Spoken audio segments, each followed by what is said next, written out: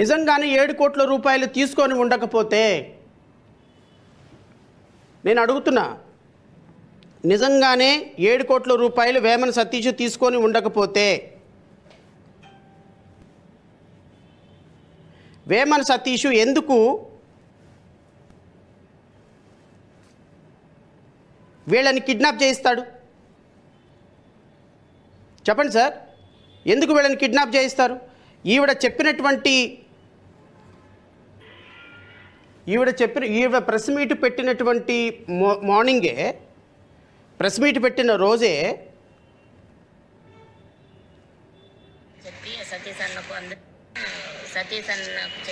ఈ వీడియో బయటకు ఎందుకు వస్తుందండి? సతీష్ అన్న టికెట్ ఇప్పిస్తాడు అని చెప్పి చంద్రబాబు చెప్పేసరికి దిగ్గిన చంద్రబాబు నాయుడు చెప్పిందంటే నేను సతీష్ అన్నే ఇచ్చిన, సతీష్ అన్నకే మేము 7 కోట్లు ఇచ్చినాము అనే ఉద్దేశంతో నేను తెలియక చెప్పినాను. దీంట్లోనూ సతీష్ అన్నకు ఎటువంటి సంబంధం లేదు. మేము అన్నకు మేము 7 కోట్లు ఇవ్వలేదు. ఈమె ప్రెస్ మీట్ పొద్దున పెట్టింది, సాయంత్రానికి ఈ వీడియో అన్ని తెలుగుదేశం ఛానల్లో ప్రత్యక్షమైంది. సతీష్ అన్నకి సంబంధం లేదు, సతీష్ అన్నకి ఏ విధమైనటువంటి దీంట్లో 7 కోట్ల రూపాయలు తీసుకోలేదు, మేము ఎవరికో బుచ్చయ్య చౌదరికో వెంకయ్య చౌదరికో డబ్బులు ఇచ్చాము అంటే 7 కోట్ల రూపాయలు తీసుకున్నావన్నా నువ్వు ఇంతవరకు ఇవ్వటం లేదు, నేను మీడియాకి వెళ్తాను అని ఆవిడ సెల్ఫీ వీడియో రిలీజ్ చేసి సతీష్కి పంపిన రెండో రోజే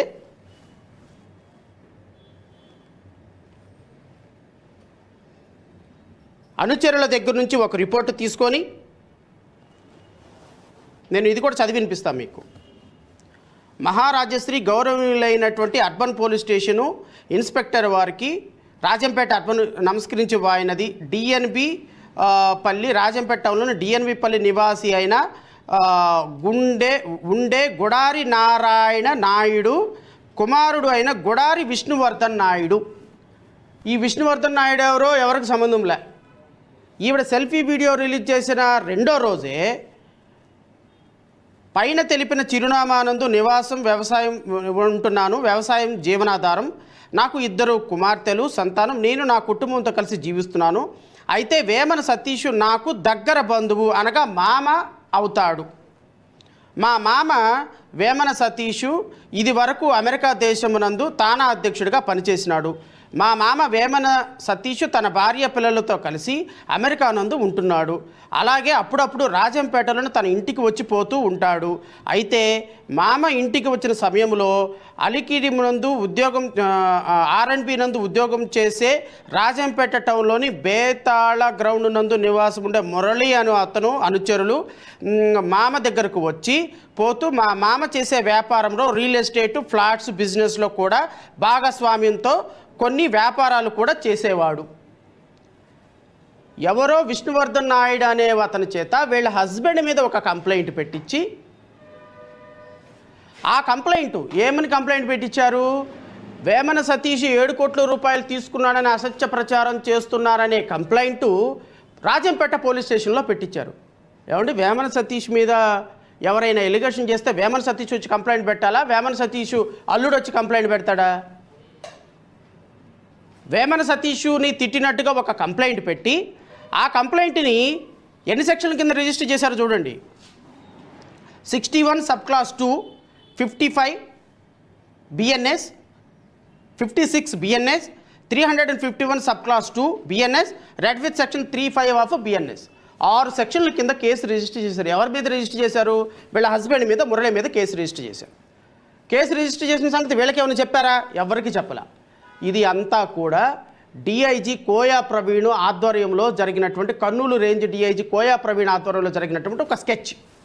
ఈవిడ ఎక్కడ తెలుగుదేశం పార్టీ అధినేత దగ్గరికి వెళ్ళి చెప్తుందో, ఈవిడ ఎక్కడ బయటికి వెళ్ళి మీడియాకి వెళ్ళి చెప్తుందో, వీళ్ళ మీద ఒక కేసు కట్టేసేసి వీళ్ళని తీసుకెళ్దామనేటువంటి ఒక ప్లాన్. ఇప్పుడు ఈ కేసులో వీళ్ళని అరెస్ట్ చేయడానికి లేదు. ఎందుకు అంటే బిలో 7 years అఫెన్సెస్ కాబట్టి. ఏం చేశారు వీళ్ళిద్దరిని?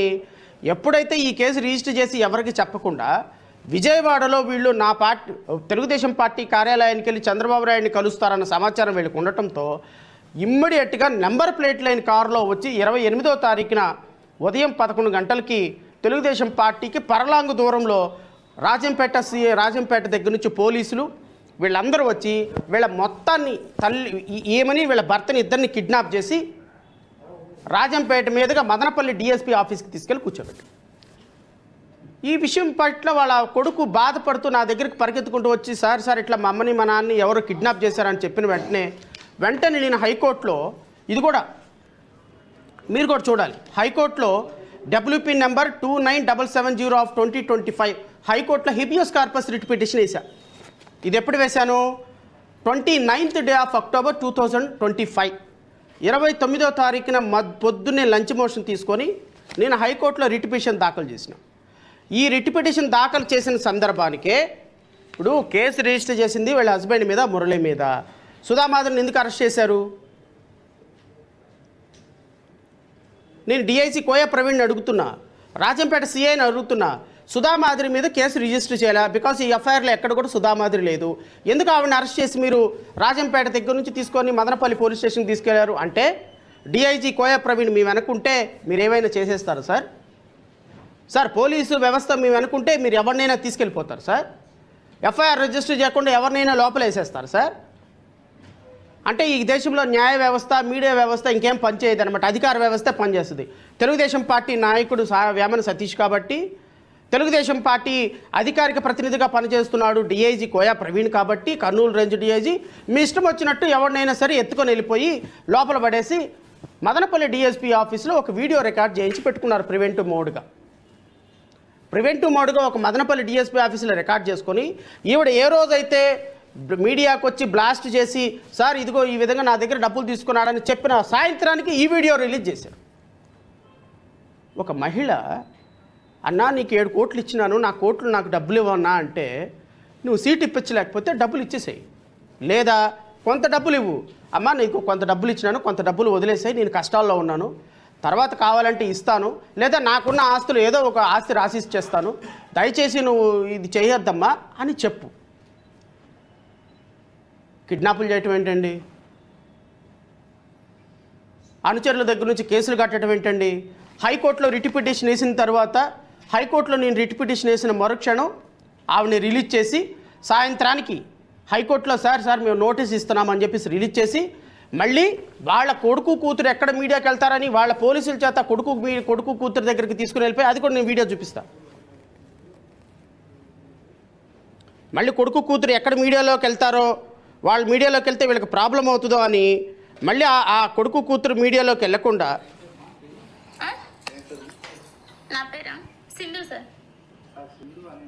పోలీస్ ఆఫీసర్ని వాళ్ళ ఇంటికి పంపించి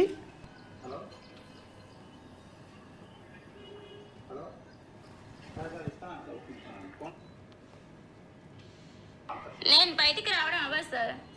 మీరు ఏమన్నా ఉంటే చెప్పండి, పర్లేదు. నాన్న దిగండి అక్కడ గేట్ ఇవ్వండి సార్. నాన్న వస్తున్నాను. నాన్న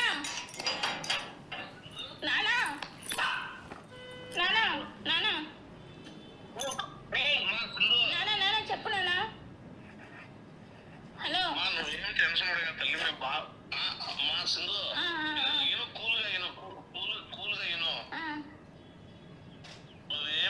పడగాకు. సార్ మాకు నోటీస్ ఇచ్చినాడు, అంటే నోటీస్ తీసుకొని మేము ఇంటికి వస్తున్నాము. నువ్వు ఎక్కడికి పోవడం కానీ, వాయిస్ మెసేజ్ వేయడం కానీ, అదే మామూలు మీడియా ముందరికి పోయి వాయిస్ వేయడం కానీ, ఎవరికన్నా చెప్పడం కానీ అట్లంతా ఏం చేయొద్దు. అంటే తీసుకొని ఇంటికి వచ్చాం. నాని వాళ్ళు ఏమన్నా ఫోన్ చేసినారా? వచ్చినారు నాని అని ఏమన్నా ఫోన్ చేసినారు. ఇప్పుడు ఆడే విజయవాడలోనే ఉన్నాడు నాన్న. నేను చెప్తాను వాడికి ఇంటికి రమ్మని. అయితే ఇంకా ఏంటండి ఏం జరుగుతుంది రాష్ట్రంలో?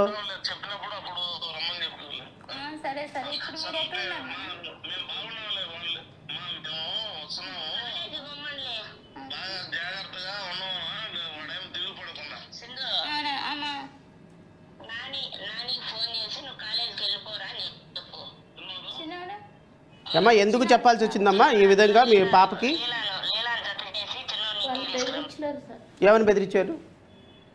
మీ బాబుని చంపేస్తాము, మీ ఆయన ఉద్యోగం తీసేస్తాము, మీ ఆయన చంపేస్తాము బెదిరించి మీ పాపకి ఫోన్ చేయించారు. ఫోన్ చేసి మీ పాపకి ఇలా చెప్పు, ఆ పాప లేకుంటే వీడియో ముందుకు పోద్దంట, మా ఉద్యోగాలు పోతాయి, నాకు 2 కొడుకులు, నాకు ప్రాబ్లం అవుద్ది, అని భంగపడుకున్నారు, బెదిరించినారు సార్. అరే ఒక అమ్మాయి డబ్బులు ఇస్తే అరే పోలీస్ ఆఫీసర్లు మీ చేతిలో ఉన్నారని తల్లిదండ్రులను కిడ్నాప్ చేసేయటం, పోలీసులతోటి అక్కడికి రాజంపేట తీసుకెళ్ళి రికార్డ్ చేసేయటం, ఇంటికేమో పిల్లల్ని పంపించటం, వీళ్ళు ఎక్కడుంటే అక్కడికి పెట్టు. ఏంటండి చంద్రబాబు నాయుడు గారు, ఇది కరెక్టా?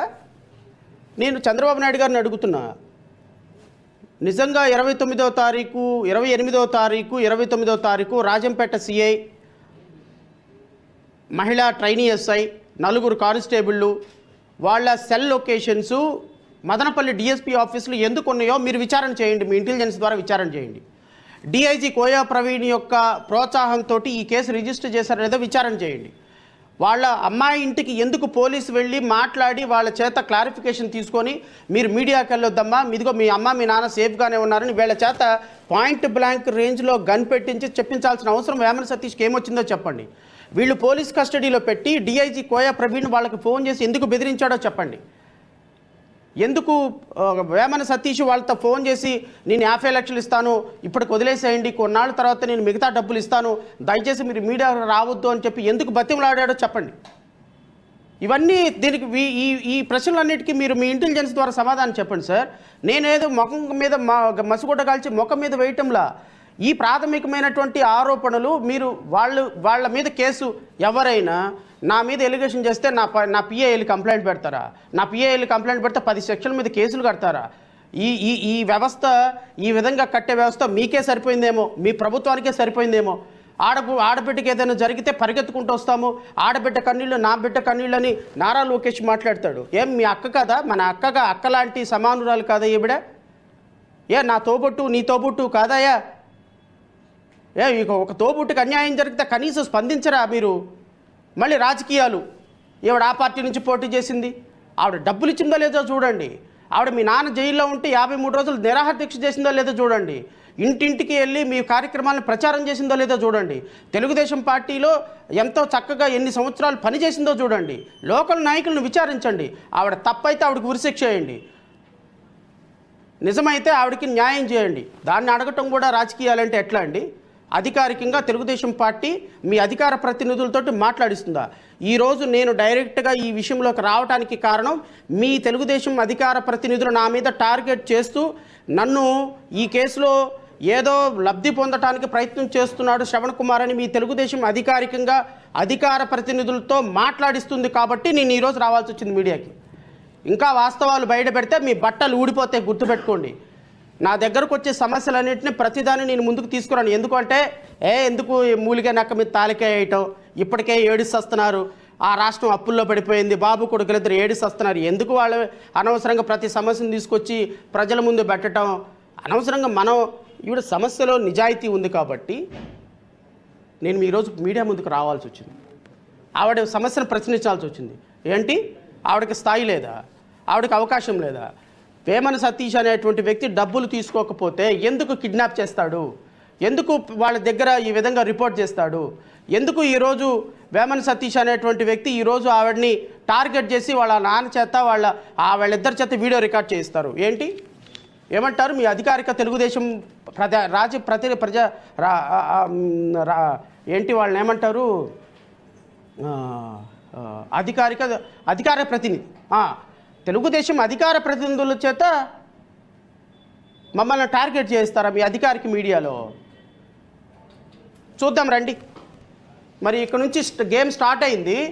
మరి తెలుగుదేశం పార్టీ నిజంగా ఆవిడకి న్యాయం చేస్తుందో లేకపోతే ఈ 4 సంవత్సరాలు మీ ప్రభుత్వాన్ని బట్టలిప్పాలో మీరే డిసైడ్ చేసుకోండి.